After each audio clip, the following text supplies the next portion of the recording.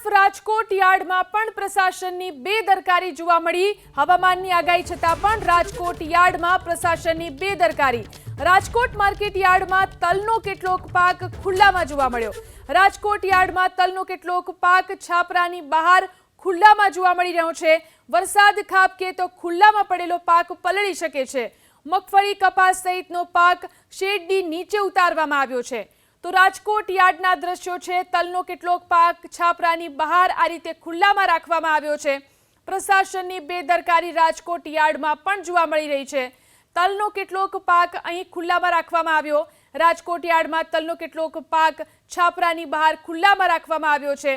વરસાદ પડે તો ખુલ્લામાં પડેલો આ પાક પલળી શકે છે અને મોટું નુકસાન જઈ શકે છે। તો મગફળી, કપાસ સહિતનો પાક શેડની નીચે ઉતારાયો। રાજ્યમાં હવામાન વિભાગની આગાહી છે કે અમુક વિસ્તારોમાં વરસાદ પડશે। માર્કેટિંગ યાર્ડોની અંદર માલ માટે, ખેડૂતોના માલ માટે શું વ્યવસ્થા કરવામાં આવી છે? યાર્ડના ચેરમેન જયેશભાઈ આપણી સાથે છે। જયેશભાઈ, શું વ્યવસ્થા હવામાન વિભાગે આગાહી કરી છે? ગુજરાત સરકાર દ્વારા જે હવામાન વિભાગ દ્વારા જે આગાહી માવઠાની આપવામાં આવેલ છે એને અનુસંધાને રાજકોટ માર્કેટ યાર્ડમાં તારીખ 26, 27, 28 અને 29 જે ખેડૂતો માલ લઈને આવશે એમને પૂરી સંપૂર્ણ ઢાંકીને આવવાની વ્યવસ્થામાં એક જાહેરાત કરવામાં આવી છે। અને જે માલ ઉતારવામાં આવે છે એમની માલની ઉતરાઈ જ સવારે 5 થી 8 ની વચ્ચે કરવામાં આવે છે, જેથી કરીને 8 વાગે હરાજી ચાલુ થાય અને તે જ દિવસે ત્વરિત નિકાલ થઈ જાય અને કોઈ માલ પલળે નહીં એવી વ્યવસ્થા ગોઠવેલ છે। તલ, મરચા, સોયાબીન એમની આવક સવારે 8 વાગે કરીને અને 8-9 વાગ્યાની હરાજી પૂરી કરી અને બપોર 12 વાગે ત્યાં નિકાલ થઈ જાય એવી સંપૂર્ણ વ્યવસ્થા કરવામાં આવેલ છે। મગફળી અને કપાસ જે અત્યારે વધુ આવતી હોય યાર્ડમાં એમને સંપૂર્ણ જે શેડ અમે બનાવેલ છે એ શેડમાં જ ઉતરાવવામાં આવે છે। એટલે રાજકોટ માર્કેટિંગ યાર્ડમાં અને શાકભાજી યાર્ડમાં ડુંગળી એક પણ જણસી અમારી બહાર ઉતારવામાં નથી આવતી।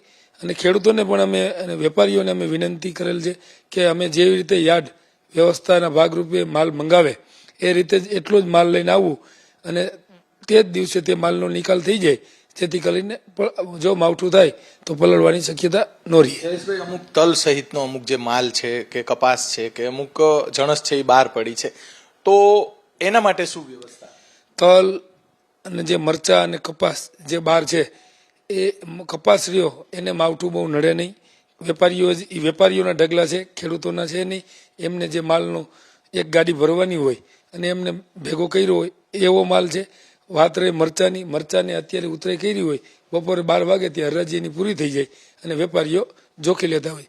તલ પણ 11-12 વાગે ત્યાં હરાજી પૂરી થાય અને વેપારીઓ માલ જોખી લેતા હોય। ખેડૂતોને કોઈ સૂચના આપવામાં આવી છે? કેમ કે અત્યારે સિઝન છે, અમુક માલ મોટા પ્રમાણમાં આવતો હોય છે, શિયાળુ પાક, ખરીફ પાકનો માલ આવતો હોય છે।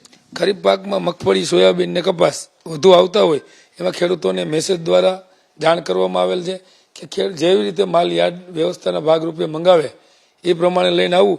અને અમે એવી વ્યવસ્થા કરી કે રોજે રોજનો માલ જ્યાં માવઠાના શક્યતાને કારણે જે માવઠું આવવાનું છે એના કારણે માલ પલળે નહીં, એટલે રોજે રોજ જેટલો માલ આવે એનો નિકાલ થઈ જાય 12 વાગે ત્યાં એવી વ્યવસ્થા ગોઠવી છે। ચોક્કસથી રાજકોટ માર્કેટિંગ યાર્ડની અંદર ખરીફ પાકની મોટા પ્રમાણમાં આવકો થઈ રહી છે। બીજી તરફ જે હવામાન વિભાગ છે તેની પણ આગાહી છે, જે વરસાદ પડે તો માલ ન પડે તે માટેની વ્યવસ્થા કરવામાં આવી છે। અમુક પ્રકારનો માલ જે બહાર પડ્યો છે તેને સાંજ સુધીમાં હરાજી થાય તે પ્રકારની વ્યવસ્થા યાર્ડના સંચાલકો દ્વારા કરવામાં આવી છે। કેમેરામેન શુભ આશિયાની સાથે પરાક્રમસિંહ જાડેજા, ABP અસ્મિતા, રાજકોટ।